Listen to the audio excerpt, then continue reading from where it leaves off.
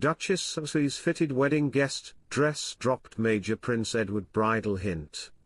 While the world was speculating about the Duchess of Edinburgh's chosen wedding dress in the months leading up to her royal wedding in June 1999, the answer was right under their noses.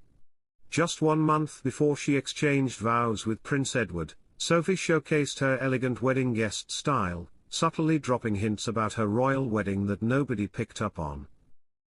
In May 1999, Sophie was pictured attending the nuptials of designer Samantha Shaw, who was the mastermind behind her bridal gown.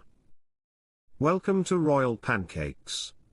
If you are new here, please don't forget to subscribe and click the notifications bell, so you don't miss any news about the British monarchy. A further indication of the close bond she had formed with the British designer came in the form of her choice of wedding guest dress, a lilac pencil dress from Samantha. The tailored design featured a V-neck, contrasting stitching and a fitted skirt that fell to her knees, which she teamed with a black floral hat and slingback heels. She layered a matching coat over the top in the same color and style, which may have been a nod to the 2 bridal gowns she had privately commissioned from Samantha. As she arrived at St. George's Chapel, the former public relations consultant hid her embroidered second wedding dress underneath a floor-length coat dress. The elegant V-neck, long-sleeved dress was decorated with over 325,000 pearls and crystal beads. While very few photos reveal the frock underneath, fans got a fleeting glimpse as Sophie left her reception for her honeymoon. She wore a fitted long-sleeved gown with a sparkly waist, which Samantha said was super private for the evening dinner. In an interview with Tatler, Samantha opened up about the biggest challenges in creating a royal wedding dress.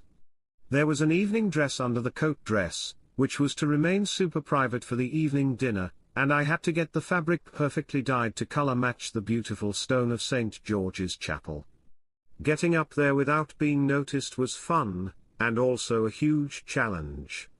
Samantha also explained that the secrecy surrounding the design in the lead-up to the wedding was daunting. A friend of mine managed to find me a security guard who he personally trusted to stay at my studio, as someone did go through my bins and was hanging around there at night. The invasion of my privacy was very daunting, she added. Sophie's job was responsible for the couple crossing paths in 1987. She was working as a press officer at Capital Radio, and the late Queen Elizabeth II's son Edward was dating Sophie's friend. Their love story didn't begin until years later in December 1993 when Sophie worked on publicity for the Royals' Real Tennis Challenge event. They dated for 5 years before Edward proposed in the Bahamas in December 1998. Sophie, the Duchess of Edinburgh, is opening up about her secret trip to Ukraine. Penning a first-person account in the Sunday Times, the royal detailed her arrival in Kyiv, which took place at the end of April. Explaining that her trip came at the request of the British government, Duchess Sophie arrived in the capital after it emerged that there had been an estimated 169 cases of conflict-related sexual violence in Ukraine. Sophie, 59, is the first British royal to visit Ukraine since the start of the war.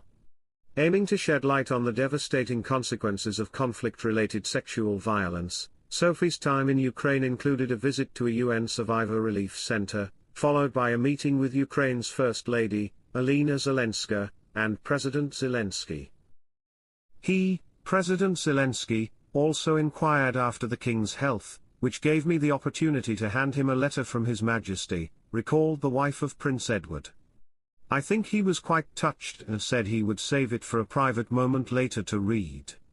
Among her other stops, Duchess Sophie traveled to Kyiv's St. Sophia Cathedral, the suburbs of Bucha and Irpin, and the British ambassador's residence, before heading to Warsaw on her return trip home.